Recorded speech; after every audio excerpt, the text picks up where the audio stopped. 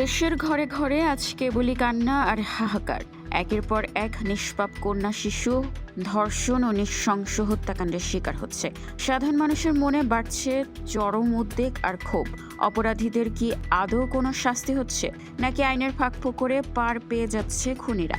সাম্প্রতিক সময়ে পল্লবীর শিশু রামিসা হত্যা সহ দেশ জুড়ে একের পর এক নৃশংসতায় ফুঁসে উঠেছে সাধারণ মানুষ।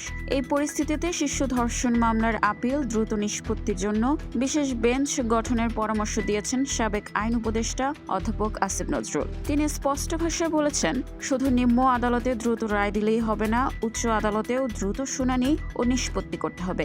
বিচার দীর্ঘায়িত হওয়ায় ভুক্তভোগী পরিবারগুলো চরম হতাশায় ভুগছে।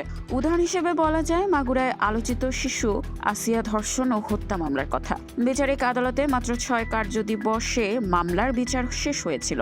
প্রধান আসামি হিটু শেখের ফাঁসির রায়ও হয়েছিল, কিন্তু আজ 1 বছর পার হয়ে গেলেও সেই মৃত্যুদণ্ড কার্যকর হয়নি। মামলাটি আটকে আছে উচ্চ আদালতের আপিল প্রক্রিয়ায়। শুধু আসিয়াই নয়, বছরের পর বছর পার হয়ে গেলেও ফাঁসি কার্যকর হয়নি চাঁদপুরের কুখ্যাত সিরিয়াল কিলার ও ধর্ষক রসু খার। 11 জনের বেশি অসহায় নারীকে হত্যার দায়ে একাধিকবার মৃত্যুদণ্ড পাওয়া এই অপরাধী এখনও বেঁচে আছে আইনি বেড়াজালের কারণে।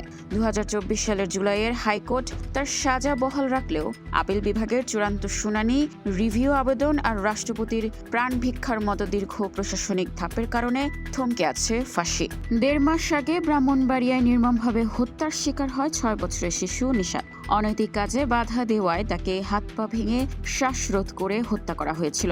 গতকাল রামিসার বাসায় এসে নিশাতের বাবা আবু সাদেক মিয়া কান্নায় ভেঙে পড়েন। কিন্তু কেন এই দীর্ঘ সূত্রিতা? বিশ্লেষকরা বলছেন, দেশে আইনের কোনো অভাব নেই, সংকট হলো এর সঠিক প্রয়োগ।